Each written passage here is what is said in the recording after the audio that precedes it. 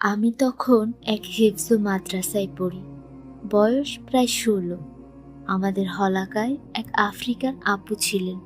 বয়স হবে ৪০-এর কাছাকাছি। একদিন দোয়া কবুলের আলোচনা চলছিল।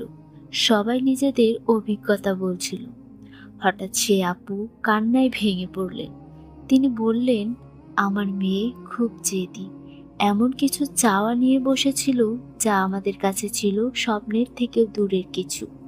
বয়স হচ্ছিল ওর, কিন্তু কোনো প্রস্তাবেই রাজি হতো না।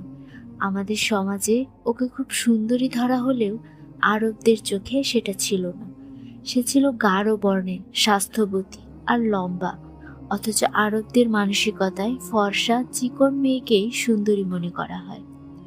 আমার মেয়ের স্বপ্ন ছিল সে এমন একজন আরব ছেলের স্ত্রী হবে যে হবে ফর্সা, দিনদার এবং নীল চোখের। আমরা তো অবাক, বলতাম এইরকম ছেলে তো কল্পনাতেও মেলে না।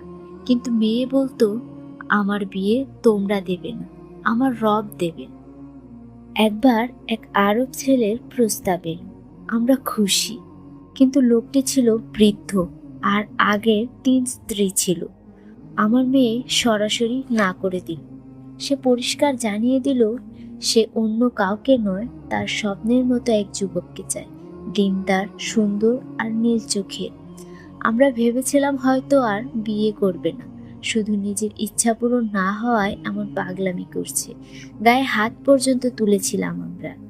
মেয়ে সেদিন কেঁদে বলেছিল, আর ৭ দিনের মধ্যেই আমি চলে যাব আমার স্বপ্নের মানুষকে নিয়ে।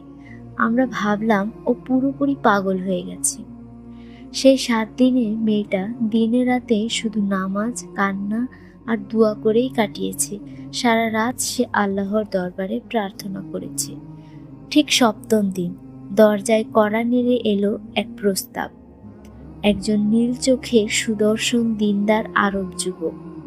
আমরা সবাই স্তব্ধ। এমন মিল, এমনভাবে কবুল হওয়া! আল্লাহর কুদরতের এমন প্রকাশ এর আগে কখনো দেখিনি।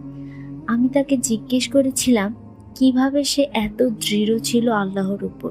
সে বলল, আমি শুধু ইস্তেগফার করতাম আর আমার চাওয়াটা বলে কাঁদতাম। আল্লাহর জন্য তো কিছুই অসম্ভব না। আজ ১০ বছর হয়ে গেছে, আমার মেয়ে সুখে সংসার করছে। তাদের বাচ্চাগুলোর চোখও নীল।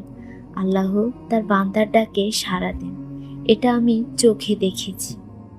এই ঘটনা আমাদের হলাকায় সবাইকে কাঁদিয়ে দিয়েছিল। একজন মা যখন এমন করে কাঁদতে কাঁদতে কাহিনী বলেন, তখন মনে হয় যেন ফেরেশতারা আমাদের পাশেই বসে আছে। তাহাজ্জুদের দোয়া আর ইস্তেগফারের শক্তি যারা বোঝে না, তারা আল্লাহর কুদরতকেই চিনে না। বিশ্বাস আর কান্না, এই ২ দিয়েই বদলায় কদর। এই দুনিয়ায় সবাই তোমাকে ছোট করতে পারে, তোমার স্বপ্নকে পাগলামি বলতে পারে, কিন্তু যদি তোমার কান্না হয় আল্লাহর জন্য, তাহলে তিনি এমন কিছু দিয়ে দেবেন যা কারো কল্পনাতেও আসবে না। ভিডিও যদি তোমার হৃদয় ছুঁয়ে যায়, তাহলে চ্যানেলটি সাবস্ক্রাইব করো। আল্লাহ যেন তোমার সব দোয়া কবুল করেন। আমিন।